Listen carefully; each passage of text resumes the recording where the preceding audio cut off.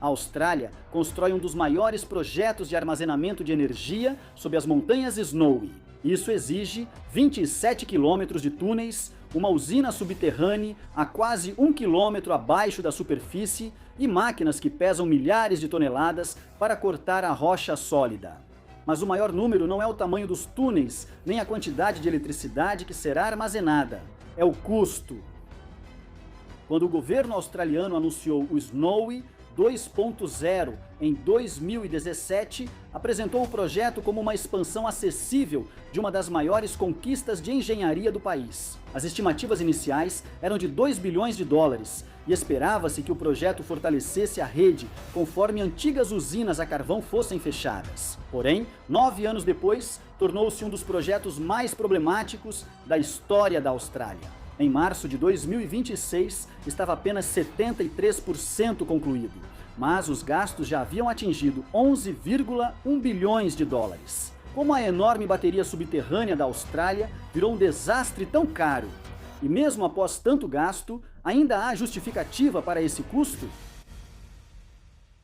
Antes de abordarmos esse tema, vamos entender o que é o Snowy 2.0. O Snowy 2.0 não é uma usina hidrelétrica convencional, e apesar de ser descrito como um projeto de energia renovável, ele não vai produzir uma nova fonte de eletricidade. Ele funcionará como uma grande bateria recarregável, usando água para armazenar energia quando houver excedente de eletricidade na Austrália. O projeto liga os reservatórios Tantangara e Taubingo, duas barragens já existentes nas montanhas Snowy, em Nova Gales do Sul. Tantangara está em uma elevação bem mais alta que Taubingo. Quando parques solares e eólicos gerarem eletricidade extra, o Snowy 2.0 usará essa energia para bombear água de Taubingo para Tantangara. Quando a demanda elétrica subir, operadores liberarão essa água novamente, descendo por grandes tubos subterrâneos. Quando a água passar por 6 turbinas reversíveis, gerará eletricidade antes de retornar ao reservatório de Taubingo. Esse processo armazena eletricidade barata e a devolve à rede quando mais necessária. O projeto concluído terá uma capacidade de geração de 2.200 megawatts e uma capacidade de armazenamento declarada de 350 gigawatts-hora. De acordo com a Snowy Hydro, essa quantidade de energia armazenada é suficiente para abastecer cerca de 3 milhões de residências por aproximadamente uma semana. Grande parte da infraestrutura ficará oculta sob as Snowy Mountains. Algumas cavernas são tão grandes que caberia a Ópera de Sydney. A Austrália precisa desse armazenamento porque energia eólica e solar não geram eletricidade continuamente. A produção solar cai à noite, já a eólica pode ficar baixa por dias. Com o desligamento das termoelétricas a carvão antigas, a rede precisará de novas fontes para suprir energia quando as renováveis diminuírem. No papel, Snowy 2.0 parece oferecer exatamente o que a Austrália precisa. Ela armazena muito mais energia do que uma bateria padrão da rede elétrica e pode operar por gerações. Mas construir essa bateria gigante sob um parque nacional protegido se mostrou muito mais difícil, caro e perigoso do que os planejadores esperavam. Conectar 2 reservatórios pode parecer simples, mas quase tudo entre Tantangara e Taubingo deve ser construído sob uma montanha. No centro desse megaprojeto está uma usina subterrânea localizada a cerca de 800 metros abaixo da superfície. Ela vai abrigar 6 turbinas-bomba reversíveis do tipo Francis, cada uma capaz de alternar entre bombear água para o alto e gerar eletricidade quando a água volta a descer. 3 unidades usarão tecnologia de velocidade variável, permitindo que operadores ajustem a produção conforme mudam as condições da rede elétrica. Antes de instalar esses equipamentos, os trabalhadores precisam escavar 2 grandes câmaras subterrâneas, uma para turbinas e geradores e outra para transformadores. O sala principal de máquinas se estende por mais de 200 metros e atinge a altura de um grande prédio da cidade. Engenheiros devem sustentar a rocha dessas câmaras, controlar a água subterrânea e manter a ventilação nas profundezas da montanha. A usina também precisa de cerca de 27 quilômetros de condutos hidráulicos e túneis de apoio. O túnel de adução vai levar a água do reservatório Tantangara até as turbinas, enquanto o túnel de restituição vai descarregá-la no reservatório Taubingo. Túneis separados fornecerão acesso para construção, ventilação, rotas de emergência e espaço para cabos de alta tensão. Os trabalhadores também precisam construir estruturas de captação nos 2 reservatórios e ligar os túneis a poços de alta pressão que movem grandes volumes de água por quase 700 metros de desnível. Em abril de 2019, a Snowy Hydro concedeu o principal contrato de construção civil para a consórcio Future Generation, formada pela empresa italiana Celine Imprgilo, que depois se tornou Webuild, junto com Class e Lane Construction. A empresa alemã Voith foi contratada para fornecer turbinas, geradores, sistemas de controle e outros equipamentos principais da usina. No entanto, o projeto entrou em fase de construção antes que os engenheiros tivessem concluído grande parte do projeto detalhado. A Snowy Hydro admitiu depois que o projeto usado para a decisão final de investimento era imaturo e que a construção seria mais complexa do que previsto. Isso criou um problema sério. Os engenheiros finalizavam o projeto enquanto os empreiteiros já escavavam túneis, montavam canteiros e encomendavam equipamentos. Qualquer mudança no projeto podia impactar o cronograma, a mão de obra e o custo final, e o local remoto dificultava ainda mais a gestão desses problemas. Os trabalhadores precisavam levar máquinas pesadas, concreto e partes de túneis por estradas estreitas nas montanhas do Parque Nacional Kosciuszko. O inverno podia limitar o acesso, enquanto quase todos os componentes principais precisavam ser entregues com cuidado em áreas distantes dos centros industriais da Austrália. E, uma vez que as máquinas de perfuração de túneis entraram na montanha, o projeto enfrentou um problema que nenhuma equipe de projeto poderia corrigir facilmente. A rocha à frente não era o que eles esperavam. O Snowy 2.0 usa máquinas de perfuração de túneis para escavar as rotas subterrâneas entre os reservatórios, realizando mais do que apenas cortar a rocha. À medida que avançam, elas removem o material escavado, instalam segmentos de concreto no túnel e criam uma passagem finalizada atrás delas. Os maiores problemas se concentraram na Florence, uma máquina com mais de 140 metros de comprimento e pesando mais de 2.000 toneladas. A Snowy Hydro colocou a Florence em operação em março de 2022 para escavar o túnel de adução do reservatório Tantangara até a usina subterrânea. Esta era a seção mais longa e difícil do projeto. A Florence precisava percorrer aproximadamente 15 quilômetros por terrenos que variavam de solo macio e lençol freático até rocha extremamente dura. Os problemas começaram quase imediatamente. Depois de avançar apenas cerca de 150 metros, a Florence encontrou solo macio e instável perto de Tantangara. A água entrou na área de escavação, o solo acima da máquina cedeu e uma grande depressão se formou na superfície. Em dezembro de 2022, a Florence praticamente parou. Os engenheiros não podiam fazer a máquina andar para trás ou remover a máquina do túnel. A Florence parou no subsolo, cercada por material instável, com grande parte da rota ainda por percorrer. Os trabalhadores tiveram que estabilizar o solo, injetar calda de cimento no solo ao redor e mudar o método de escavação antes de a máquina seguir com segurança. A Florence ficou presa por quase um ano. Nesse período, os trabalhadores continuaram recebendo salários, os equipamentos ficaram no local e o restante da obra teve que funcionar ao redor de um túnel de adução inacabado. A Snowy Hydro afirmou ao Four Corners da ABC que os problemas com a Florence podem ter elevado os custos em até 2 bilhões de dólares. A máquina finalmente foi reiniciada em 8 de dezembro de 2023, depois que o governo de Nova Gales do Sul aprovou mudanças no plano de escavação do túnel. A Florence avançou pelo solo macio com um sistema fechado de lama que controlava a pressão na frente do túnel. Mas apenas alguns meses depois, a máquina enfrentou o problema oposto.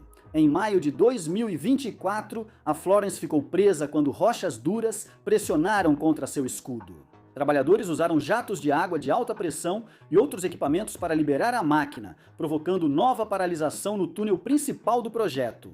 Os atrasos forçaram a Snowy Hydro a mudar sua estratégia de construção. Em agosto de 2024, a empresa anunciou a compra de uma quarta máquina de perfuração de túneis por cerca de 75 milhões de dólares. A nova máquina, chamada Mônica, foi projetada especificamente para a difícil zona de falha Long Plain. Em vez de esperar Florence concluir a rota, Mônica iniciou a escavação pelo outro lado. As duas máquinas se encontrarão sob as montanhas, onde serão desmontadas no subsolo. Em maio de 2026, Florence estava se aproximando do ponto intermediário de sua jornada, enquanto outra máquina, Lady Eileen Hudson, já havia concluído o túnel de fuga de 6 quilômetros entre o reservatório de Talbingo e o complexo da usina. Esses marcos mostraram que a construção estava avançando, mas Florence já havia exposto a maior fraqueza do projeto. Snowy 2.0 entrou nas montanhas sem um entendimento completo do solo à frente, e cada metro de geologia inesperada trouxe mais atrasos, mais equipamentos e uma conta maior para os contribuintes australianos. Os problemas sob as montanhas explicam parte do aumento do custo, mas o histórico financeiro indica que o preço original nunca foi tão sólido quanto o público pensava. Quando Malcolm Turnbull anunciou o Snowy 2.0 em março de 2017, ele estimou o custo em cerca de 2 bilhões de dólares. Esse valor era uma estimativa política inicial, não um orçamento final de construção, mas influenciou como os australianos entenderam o projeto no início. Em dezembro de 2017, o estudo de viabilidade já havia elevado o custo estimado para entre 3,8 e 4,5 bilhões de dólares. Um ano depois, a decisão final de investimento fixou o custo da construção em 5,9 bilhões, subindo para 6,1 bilhões, quando a Snowy Hydro incluiu os trabalhos exploratórios. A construção começou em 2019, mas o custo continuou aumentando. A Snowy Hydro reconheceu inicialmente uma estimativa revisada de 5,1 bilhões de dólares para as obras principais, enquanto outros custos e contingências aumentaram ainda mais o valor total. Depois veio o grande reajuste. Em agosto de 2023, a Snowy Hydro aumentou o custo estimado para 12 bilhões de dólares, quase o dobro do valor aprovado na decisão final de investimento e 6 vezes o valor discutido quando o governo anunciou o projeto pela primeira vez. A empresa também adiou o início total das operações comerciais para dezembro de 2028.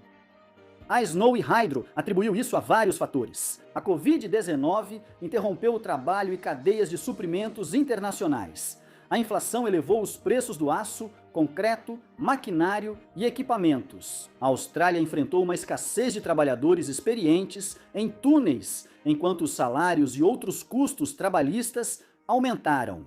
Os engenheiros enfrentaram projetos incompletos, geologia difícil, baixa produtividade e problemas frequentes com Florence. O reajuste de 12 bilhões de dólares não resolveu o problema financeiro. Em outubro de 2025, a Snowy Hydro admitiu que não conseguiria mais concluir o projeto dentro desse valor. A empresa determinou que a Future Generation Joint Venture fizesse nova avaliação detalhada do trabalho restante, com especialistas independentes revisando o resultado. Em março de 2026, a Snowy Hydro já havia gasto 11,1 bilhões de dólares, enquanto relatava que a construção estava 73% concluída. Isso não significa que os 27% finais vão custar o mesmo valor por ponto percentual, mas ainda resta muito trabalho importante.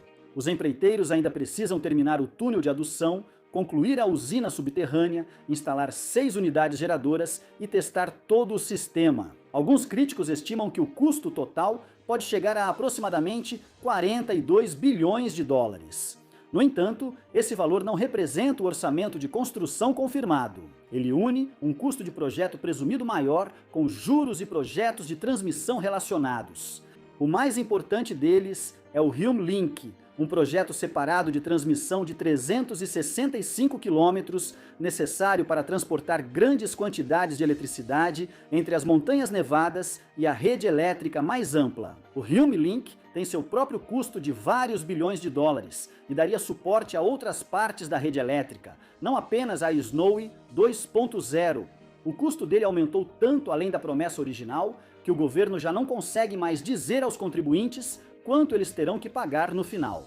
Agora, minha pergunta é por que o governo australiano apoiou esse projeto? Para entender isso, primeiro precisamos olhar para o projeto que veio antes dele. A construção do projeto original, Snowy Mountains Scheme, começou em 1949. Ao longo dos 25 anos seguintes, mais de 100 mil pessoas de mais de 30 países trabalharam nas montanhas de Nova Gales do Sul. Juntos, eles construíram 16 grandes barragens, 7 usinas hidrelétricas, uma estação de bombeamento e aproximadamente 145 quilômetros de túneis. O projeto desviou a água pelas montanhas para gerar eletricidade antes de enviá-la para fazendas e cidades no interior seco da Austrália. Quando a construção terminou em 1974, o custo final ficou em cerca de 820 milhões de dólares australianos, ajustados pela inflação. Isso seria equivalente a bilhões de dólares atualmente. O projeto original Snowy tornou-se um dos projetos de infraestrutura mais conhecidos da Austrália. Suas usinas continuam operando décadas após a conclusão, enquanto sua força de trabalho tornou-se parte da história da migração pós-guerra do país. Essa história deu ao nome Snowy um enorme valor político. Em março de 2017, o primeiro-ministro Malcolm Turnbull anunciou planos para expandir o sistema com o Snowy 2.0. A proposta parecia simples.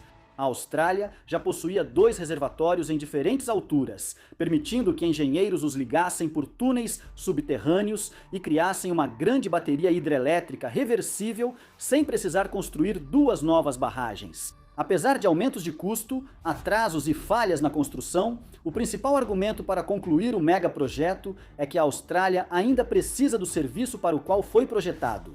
Usinas termoelétricas a carvão forneceram eletricidade confiável à Austrália por décadas, mas muitas estão perto do fim de suas operações. Liddell foi fechada em 2023, enquanto Eraring, Yallourn e várias outras grandes usinas também serão desativadas nos próximos anos. Baterias conectadas à rede elétrica podem responder em milissegundos e transferir eletricidade da tarde para a noite. No entanto, a maioria das baterias existentes só consegue manter sua potência máxima por 2 a 4 horas. Funciona bem nos picos diários de demanda, mas protege pouco em dias seguidos de pouco vento, muita nebulosidade e alto consumo de eletricidade. A Snowy Hydro argumenta que isso torna o projeto essencial e não opcional.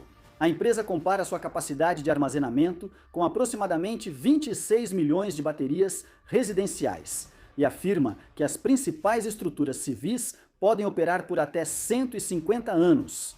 Turbinas, geradores e transformadores precisarão ser substituídos ou passar por grandes reformas muito antes, mas os túneis, poços e cavernas poderão continuar servindo a rede elétrica por gerações.